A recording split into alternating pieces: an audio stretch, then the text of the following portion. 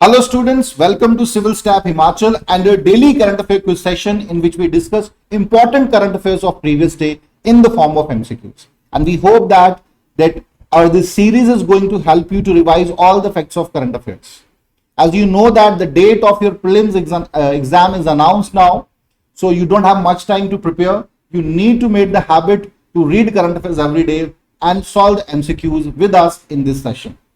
So let us start our today's session from question number 1 and ज़्यादा से ज़्यादा आप students हमारे इस session के साथ जुड़ें daily. All right. So let us start the question number 1. India has recently extended a USD 100 million line of credit to which country for financing project in solar energy sector? Option A Nepal, B Sri Lanka, C Madagascar, D Bangladesh. Please comment box में answer करें student. What shall be the right answer?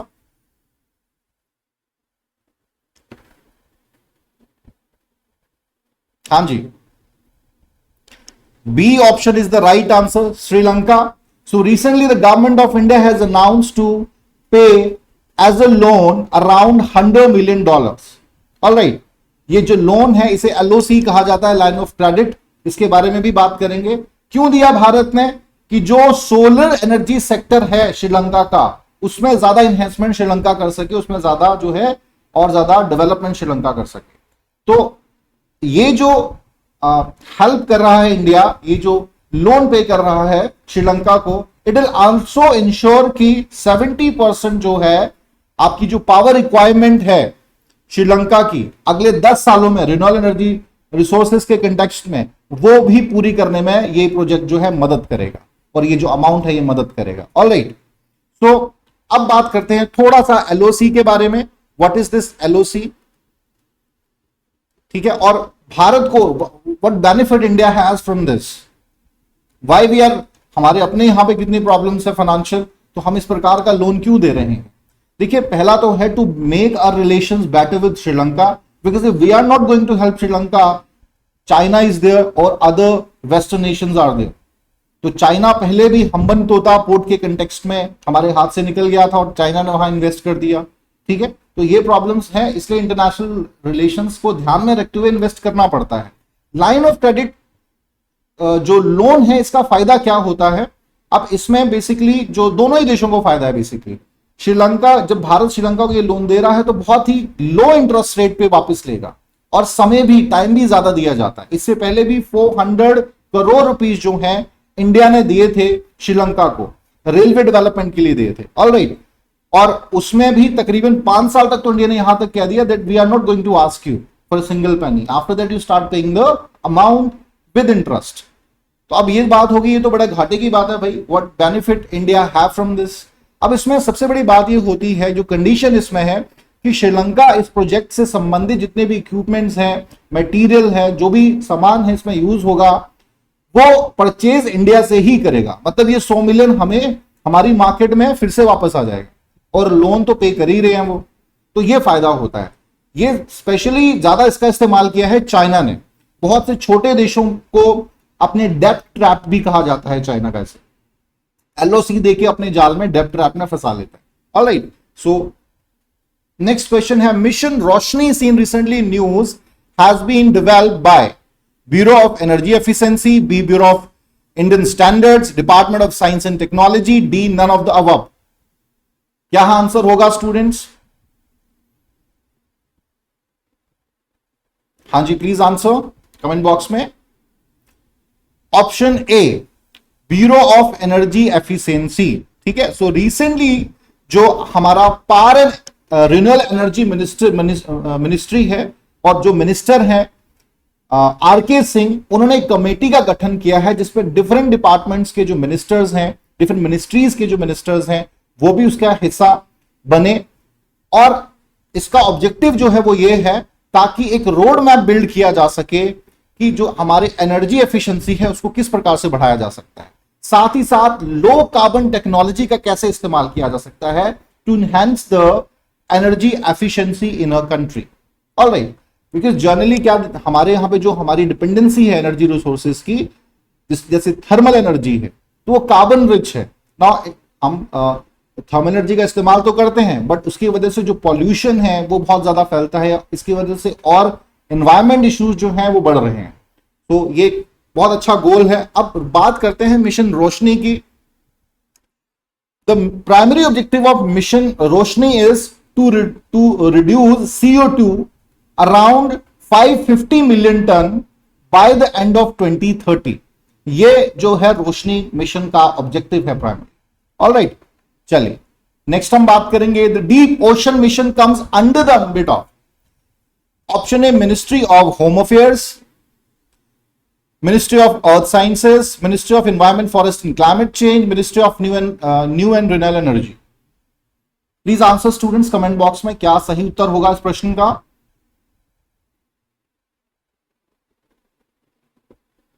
हाँ जी, B is the right answer student, ministry of earth and sciences. So recently ministry of earth sciences ने जो है एक नए mission की घोषणा की है, अप्रूवल मिला है यूनियन मिनिस्ट्री से इसे, जिसका नाम है डीप ओशन मिशन। ऑलराइट, तो ये सवाल आपका पूछा जा सकता है, डीप ओशन मिशन जो है किस मिनिस्ट्री द्वारा के अंदर आता है, किस मिनिस्ट्री ने इस स्कीम को या इस प्रोजेक्ट को इनिशिएट किया है।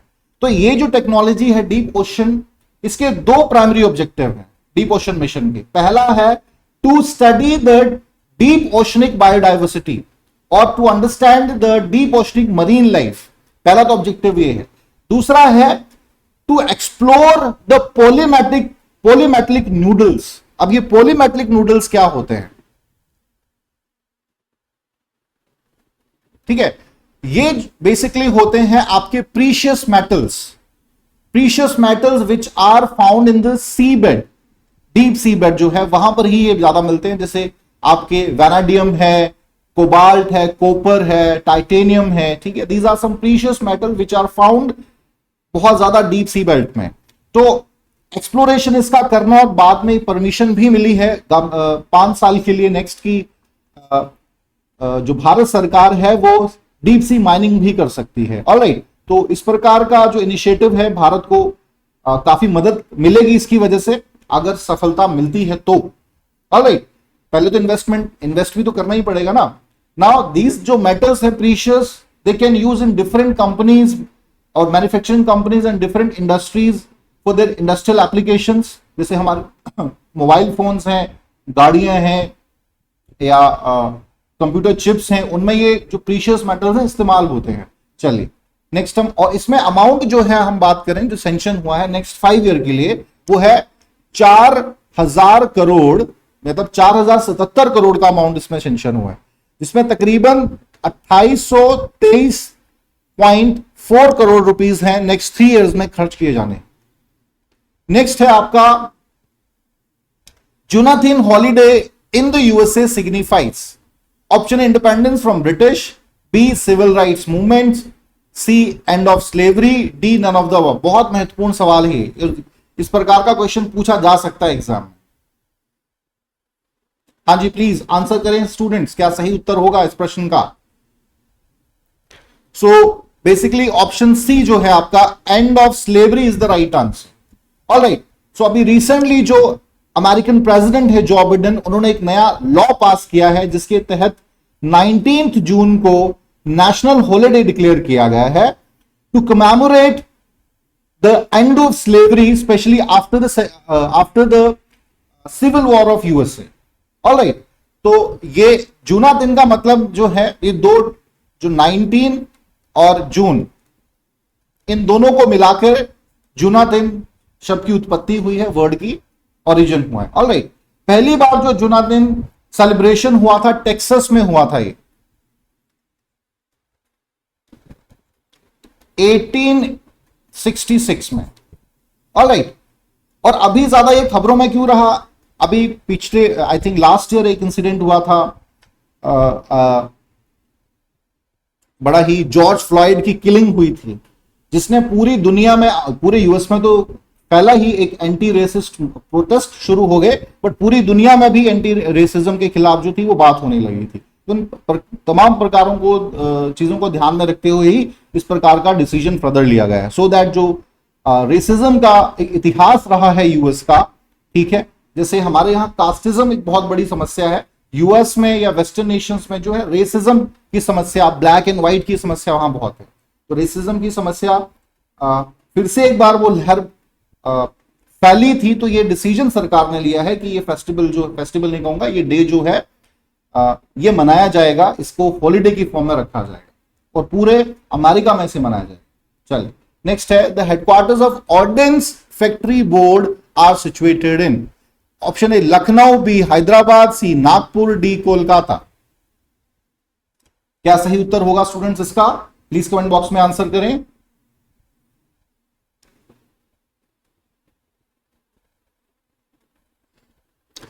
Option D is the right answer, Kolkata. ठीक है, सो अभी रिसेंटली क्या है, यह भी इनिशिएशन लिया गया है यूनियन गवर्नमेंट ने कि जो आपका ऑर्डिनेंस फैक्ट्री बोर्ड है, ठीक है, उसे कॉर्पोरेटाइज किया जाए, कॉर्पोरेट वर्ल्ड जो है उसमें इन्वेस्टमेंट कर सके। ठीक है, सिर्फ सरकारी तंत्र के तहत ही ना इसे रखा जाए। अब इसके करने के कारण क्या है और ये ऑर्डिनेंस फैक्ट्री होती क्या है, अब इस पे बात करते हैं। देखिए, ऑर्डिनेंस फैक्ट्री बोर्ड जो है डिफेंस मिनिस्ट्री की एक सबऑर्डिनेट बॉडी है, उसी के तहत काम करती है और इसे main producer of weapon and military equipment भी कहा जाता है। और जब कॉर्पोरेट वर्ल्ड का इसमें पैसा लगेगा, कॉर्पोरेट वर्ल्ड इसमें शामिल होगा, सो कहीं ना कहीं एक बूस्ट देखने को मिलेगा। ठीक है, जो बहुत लंबे टाइम से डिफेंस मैन्युफैक्चरिंग सेक्टर में एक रिफॉर्म की बात हो रही थी, उसको होने में सहायता मिलेगी। देखिए, जो गवर्नमेंट रिसोर्सेज होते हैं ना, बहुत लिमिटेड होते हैं। ऑलराइट, काम ज्यादा करना पड़ता है और जो रिसोर्सेज हैं वो कम होते हैं। इसके हेडक्वार्टर से संबंधित सवाल पूछा जा सकता है, तो कोलकाता वेस्ट बंगाल में इसका हेडक्वार्टर है।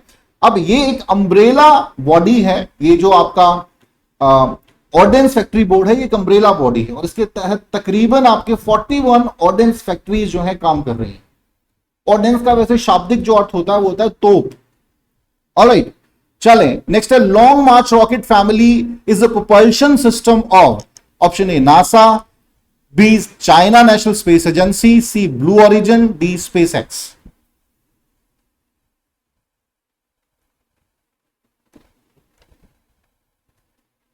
Yes, students. Option B is the right answer, China National Space Agency. So अभी रिसेंटली जो है चाइना, क्योंकि चाइना अपना एक अलग से इंटरनेशनल एक स्पेस स्टेशन जो है, परमानेंट स्पेस स्टेशन है, पिछले कुछ टाइम से बिल्ड कर रहा है। जैसे आपका इंटरनेशनल स्पेस स्टेशन है, उसी तर्ज पे बनाया जा रहा है। इंटरनेशनल स्पेस स्टेशन की बात करें तो उसमें तकरीबन 5 जो पावरफुल नेशंस हैं उनकी स्पेस एजेंसीज शामिल हैं, US, UK, France, Russia and Japan.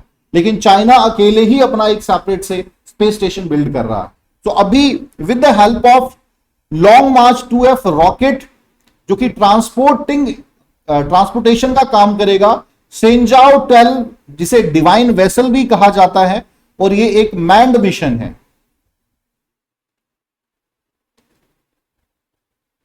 ठीक है, इस पर भी बात करते हैं ये क्या होता है। इसे ये जो है लेके जाएगा आपके जो परमानेंट स्पेस स्टेशन कंस्ट्रक्शन चल रहा है वहां पे अर्थ की ऑर्बिट में, ऑलराइट, जिसका नाम है ट्यांगोंग स्पेस स्टेशन। तो तकरीबन इस प्रकार के 11 जो है शेंजाओ वेसल्स भेजे जाएंगे, 11 में से ये तीसरा भेजा गया अभी। ऑलराइट, सो चाइना जो है, बहुत बड़ी बात है, स्पेस स्टेशन को बिल्ड करेगा, तो ऑफकोर्स आने वाले समय में चाइना को बहुत ज्यादा इसमें स्पेस टेक्नोलॉजी की फील्ड में बहुत पावरफुल हो जाएगा चाइना। अब मैन मिशन की बात करते हैं। इट मींस कि भाई इसमें कुछ लोगों को भेजा जाएगा, कुछ एस्ट्रोनॉट्स को बेसिकली भेजा जाएगा। ऑलराइट, इस प्रकार के प्रोजेक्ट जिनमें एस्ट्रोनॉट्स को भेजा जाता है, ह्यूमंस को भेजा जाता है स्पेस में, उन्हें मैन मिशन कहा जाता है।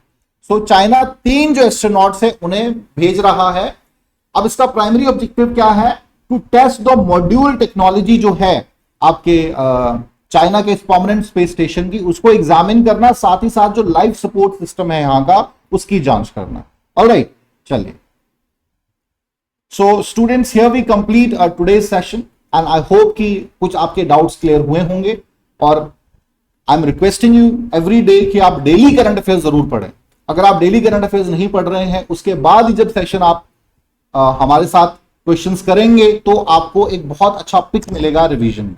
ऑलराइट, सीधे आई डोंट सजेस्ट यू कि आप सीधे ही सेशंस देखें, must read the current affairs, otherwise क्या होगा कि आपको कुछ पता ही नहीं है, जस्ट हिट और मिस वाली बात हो जाएगी। After reading the all current affair जब आप इस सेशन के साथ जुड़ेंगे तो वो आपका एक प्रॉपर रिवीजन होता है। ऑलराइट, चलिए अब कुछ अपने कोर्सेज के बारे में हम बात करते हैं। पहला हमारा कोर्स जो है उन विद्यार्थियों के लिए है जो अपनी प्रीलिम्स की प्रिपरेशन तो अच्छे से कर चुके हैं लेकिन दुविधा में है कि किस प्रकार से अपनी मेंस की परीक्षा की शुरुआत की जाए, how to prepare for mains exam. So here we are here with a course HPS mains course which includes 140 lectures of GS 1, 2, 3. Notes आपको प्रोवाइड कराए जाएंगे around 1600 pages, mock interview sessions इसमें करवाए जाएंगे if you qualify the mains exam. Alright students, and it just cost 8500 rupees. Next हमारा जो course है जो 21 जून से जिसकी शुरुआत हो रही है, it's a comprehensive course specially design for those students thinking about to appear in HPS exam. ठीक है, और जिन्हें अभी कुछ आइडिया नहीं है बहुत ज्यादा कि किस प्रकार से प्रिपरेशन अपनी करनी है और अपनी शुरुआत ही अपनी प्रिपरेशन की कर रहे हैं, उनके लिए हमारा ये कॉम्प्रिहेंसिव कोर्स है students. It includes 200 plus GS lectures, 75 plus CSET lectures, notes आपको 3000 पेजेस से ज्यादा के प्रोवाइड होंगे, वीकली डाउट सेशंस भी आपके होंगे, लाइव होंगे वो भी। साथ ही साथ टेस्ट सीरीज जो है आपकी मेंस प्लस प्रीलिम्स दोनों ही इसमें इंक्लूड रहेगी। करंट अफेयर्स मंथली आपको मैगजीन्स प्रोवाइड कराएंगी जाएंगी प्रीलिम्स प्लस मेंस की। ऑलराइट, एंड हमारा ये पूरा जो कोर्स है इंटरव्यू तक की प्रिपरेशन आपकी कराएगा और इसकी कीमत मात्र है 22,500 रुपए। Alright, so avail the opportunity students, otherwise आपको दिक्कत आएगी प्रिपरेशन में। साथ ही साथ आप हमारे टेलीग्राम चैनल के साथ भी जुड़ सकते हैं for more updations. So here we complete today session. Thank you very much students.